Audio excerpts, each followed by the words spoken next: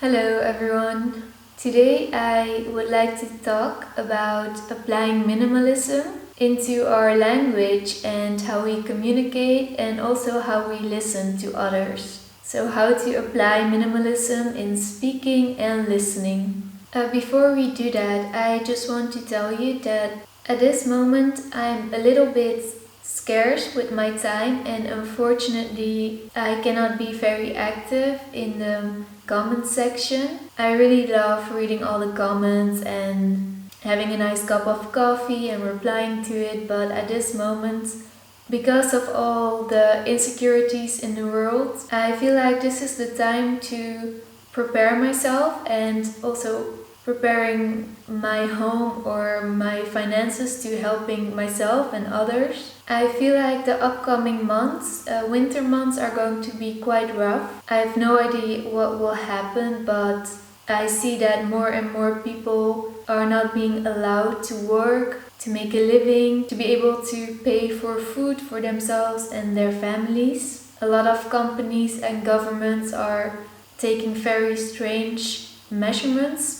and all the lockdowns and everything, so the future is very insecure. At this moment I'm literally working a couple of jobs from morning till night in order to be able to help myself and others if necessary. I remember when I was a child in history lessons and we were reading about wars and how some people would hide other people and help them with food, with everything, even though it was at risk of their own lives. I thought that that was the most beautiful thing that I've ever seen, and I made a promise that I would be one of those people when needed, that I would always help others in need. And also, I know that for me, myself, that would also be the only way to survive whenever, if I ever would be put in a situation and I would be dependent upon the help of others. I'm trying to build some resistance, to find ways to grow my own food and to be self-sufficient, and I'm also trying to get some networking done so that we have a community of people who are willing to help each other and others when in need. I feel like, especially in these times when the governments are trying so hard to let us hate each other, to make us fight with each other, to blame each other, I feel like always, but especially now, it is so important to choosing to help others and to show love rather than hate and fear. And so I'm preparing for that. I know upcoming months are going to be tough for many of us, and I hope you're all doing well, and I hope that very soon I will have my time back again and to be able to chat with you guys again. I miss it right now, but I need to do what is necessary. So today I wanted to talk a little bit about empathic listening and speaking. I feel the need right now, especially because there's so much hate and bullying going on, and I feel like I, as a human being and as a minimalist, want to share some things that help me with dealing with all of these kind of things, and I hope it can help you too a little bit. So the first thing is that it's very important to be able to practice empathic listening. That means to really want to hear what the other person has to say, how they are feeling and what they want or need. I feel like sometimes it is very easy to jump into conclusions or to think for ourselves instead of putting ourselves in someone else's place. And it's very important to really want to have the best interest for the other and to stay curious, to listen. I think one of the most detrimental things one can do is giving unasked advice. I notice many times it is meant well, but it usually does quite a lot of harm. I have this rule that I never give advice if someone doesn't ask for it. And even if they ask, I rather sit with them and ask a lot of questions to make them come to their own conclusions. So some of the questions I really like to use are very simple. It's like, how does it make you feel if you think about this? Or would happen if you would do this, and how would that make you feel? Why are you thinking that that would happen? Why are you thinking that it would make you feel this way? Just a lot of why and how do you feel about it. Usually, in most cases, people will be able to find their own solutions. Of course, there are exceptions when people really want advice from someone else. And I also have those times that I just want people to tell me what they would do in my place. That's very fine, and those situations are okay. But we need to state that explicit, and only in those situations giving our advice. If it's unclear, just ask the other, do you want me to give you advice? Do you want me to tell you what I would do? Always speak from yourself. I feel this way. This hurts me. I would do this if I were in your situation. There are certain words that are very toxic and harmful, and those are the words, you must do that, you should do that. Those are never going to be good in any context, ever. So for me it's important to avoid those at all costs. I have no authority whatsoever in this world to tell someone what they should or must do. I have none of that authority. It's completely up to the other person. I can tell them what I would do, but that's something very different. I think those words keep someone in a trap and are a root cause of many of the mental struggles we see today. I think those words are very powerful in a very negative way, and even though we are used to using those words, and even though we cannot be perfect, I still sometimes notice that it slips away.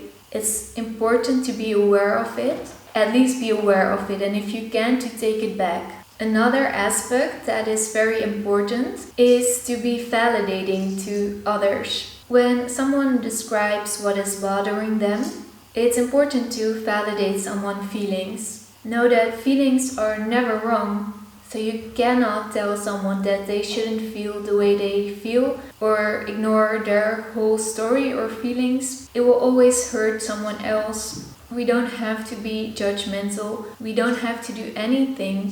Just accepting the other for who they are and what they say they feel or what they've been through. We don't have to color it in any color. We don't have to tell them it's bad, it's good.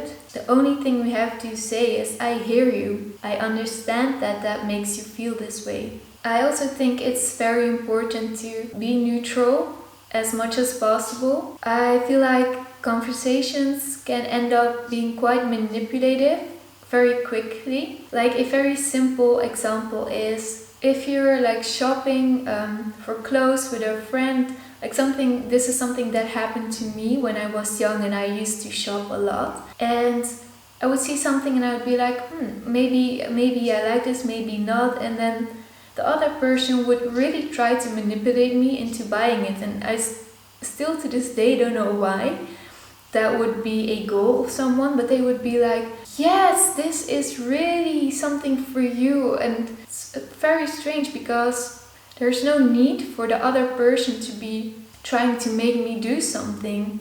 It's just enough if they ask questions like, oh yeah, I like this, what do you think you could do with it, or things like that. Trying to keep a certain neutrality, I mean in the sense of not trying to make someone do something because you want them to do something. It's important that we all do things because we want to do those things. So giving ourselves and others space to do whatever we want to do instead of filling things up. And this also relates to the word must and should, but this is more without those words, but using some certain tactics in language. Another thing we ourselves can do is, if we just want to vent to someone, to tell that beforehand, like, listen, I just need to get my story out. I need to kind of dump this, or just want to get it out of my system. Are you okay with me just venting a little bit? Because it's not always that we can just put our own problems onto someone else in any situation at any given moment in time. So we also have to be careful with what we do and what kind of weight we put onto someone else as well a little bit. It's also nice to think about that. Another thing is that words have meaning, and it's important to use them correctly, and also to not get caught up in the language that is being used for programming, for social engineering, for manipulating, for bullying. Language and words we use are very important. They do have meaning.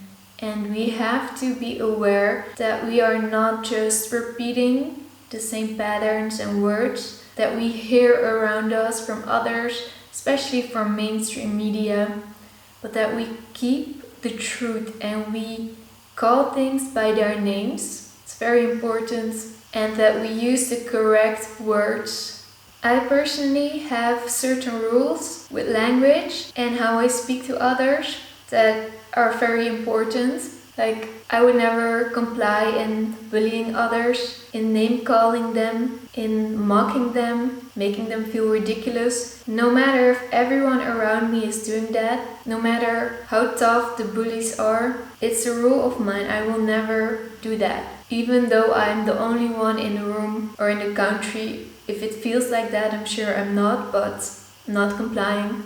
And another important thing is that although it's our responsibility and it's very important how we use language and that we try to use it the way we want it, it's also important to have boundaries in how others use language towards us. And I don't have to be okay with how people are talking towards me or towards others. I am allowed to put in boundaries, so I don't have to just accept any sort of behavior. I can make my own rules for that. So respect is very important. So how you talk to others, but also how others talk to you. And this is not just about talking, it is also in everything, how articles are being written, how the media is talking, speaking. We don't have to accept certain behavior. As I said, bullying, mocking, things like that, we don't have to be okay with it even though it is mainstream. We can turn it off and we can be loving and understanding towards others. My last and most important value in using language, minimalistic, or just using language in general, is always speak your truth, even if your voice is shaking. No matter how hard it is to say something, to be honest, it is so important. Do not say yes to any commitments you don't want to. Do not do things you don't want to. Do not pretend you have a different opinion than you have. It's important to always speak your truth. Otherwise, your life is going to be lived by others instead of yourself. Life is too short to do things against our wills, to please others, to not think about ourselves, to not be honest. So always speak your truth, even if your voice is shaken. And I cannot tell you how often my voice is shaking. Sometimes I'm even telling it crying. I'm like bursting out in tears. As long as I say what I want, what I mean, I don't care. And it's not going to be perfect in one time. It's not something that has to be perfect, but it's a rule of thumb to try to apply as often as possible. And life gets so much easier if you just speak your truth, no matter how hard it is. So I hope that this video helped you, and I appreciate you all so much. Thanks for watching, and I hope to see you next time again. Okay.